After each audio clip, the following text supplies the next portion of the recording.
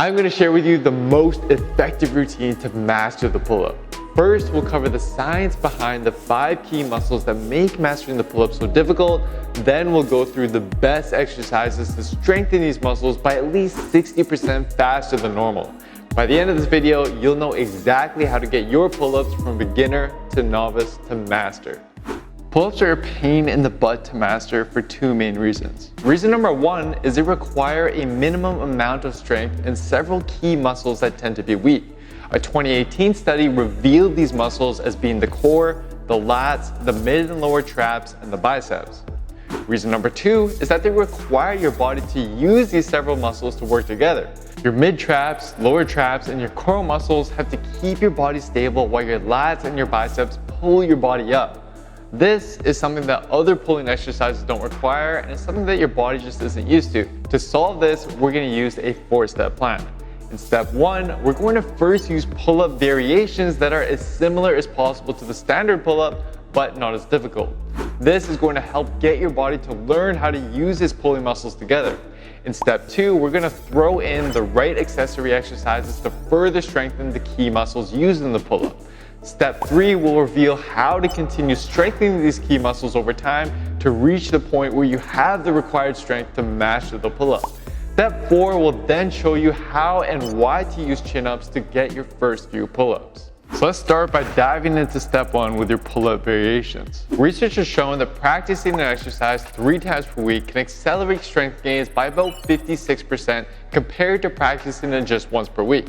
We'll use 3 different pull-up variations to match that training frequency.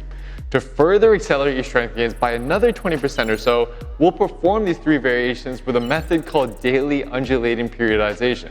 This is just a fancy way of saying that we're going to train each variation with a different amount of reps each time. Variation 1 comes from a unique study that examined a handful of pull-up variations to see which best match a real pull-up.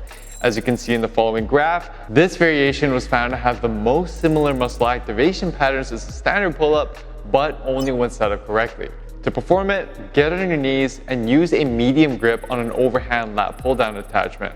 Then, to maximize the strength benefit and core activation you get from this exercise, you want to set the weight such that it's just heavy enough to pull your knees slightly up off the ground by an inch or so. We're going to do 3 sets of 5 reps of this variation.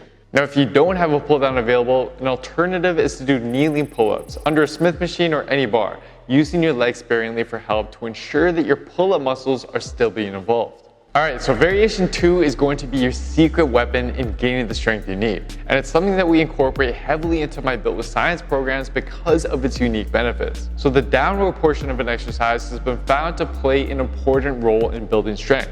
Although not yet fully understood, it seems to do this by providing a unique stimulus to the muscle that it doesn't quite get from the upward part of an exercise.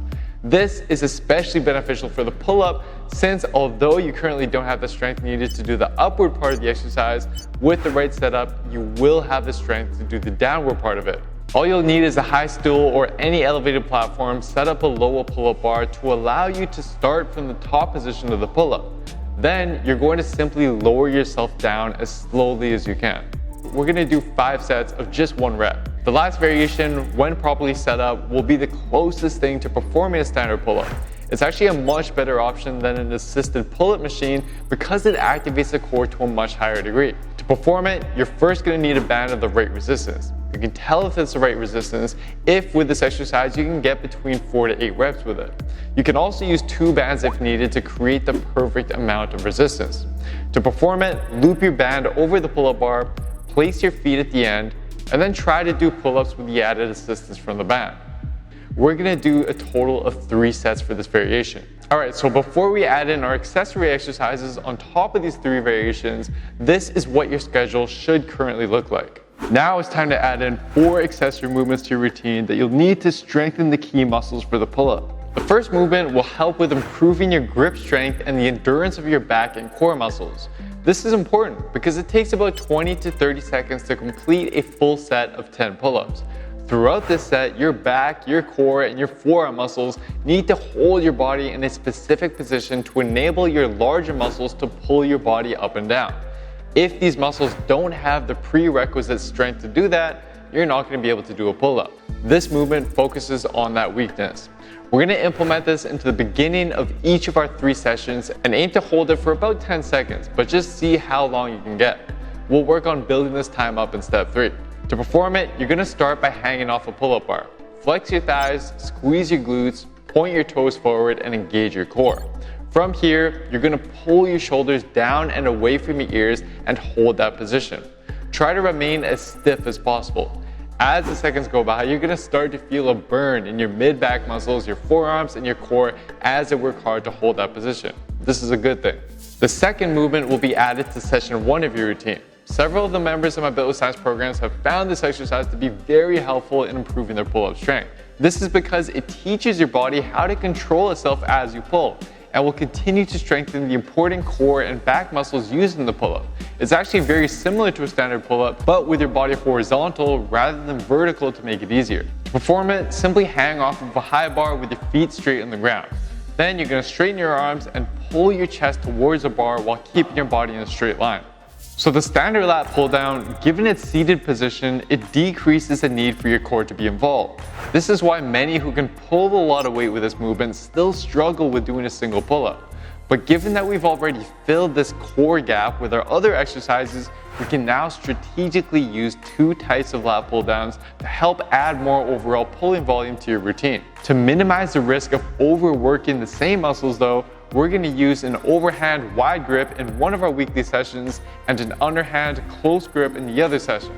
So with these 4 exercises added in, this is what your weekly schedule should now look like. The next step will show you how to add more difficulty to these exercises over time so that your body continues to build the strength it needs to master the pull-up. Now we're going to go through how to build your strength in each of the exercises that are currently in your routine.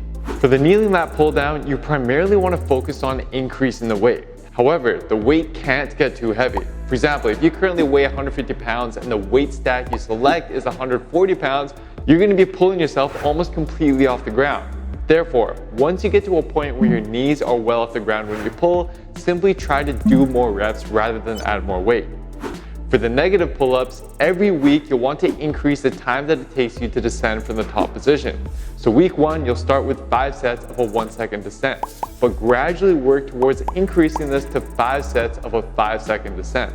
For your banded pull-ups, you're going to start with a band that allows you to do 3 sets of 4 reps. Continue using this band until you can do 3 sets of 8 reps. Once you can do that, drop to the next smaller band you have to make it more difficult. If you only have 1 band, you can instead make it harder by taking 1 leg out of the band. For your Australian pull-ups, you want to aim to do 3 sets of 10 reps. Once you can do that, you can make this harder by reducing the height of the bar.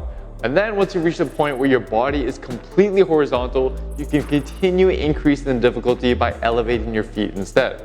For your holds, simply attempt to increase the time you can hold. Don't go to the point where you couldn't hold on any longer if your life depended on it, but just try to add about 5 to 10 seconds to your time every week.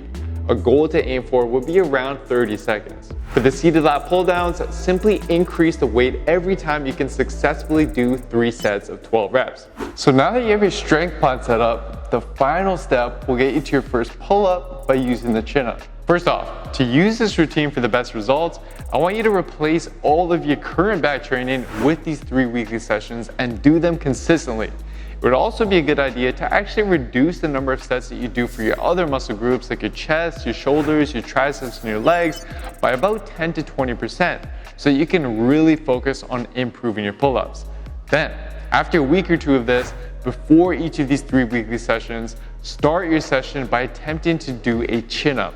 The chin-up is generally an easier exercise to master than the full pull-up. Then, once you can do a few chin-ups in a row, you'll likely have the strength needed to finally master your first solid pull-up and can build from there. Within our Built with Science programs, my team and I have taken care of all the guesswork for you by crafting a weekly program that caters to your specific body and fitness goals.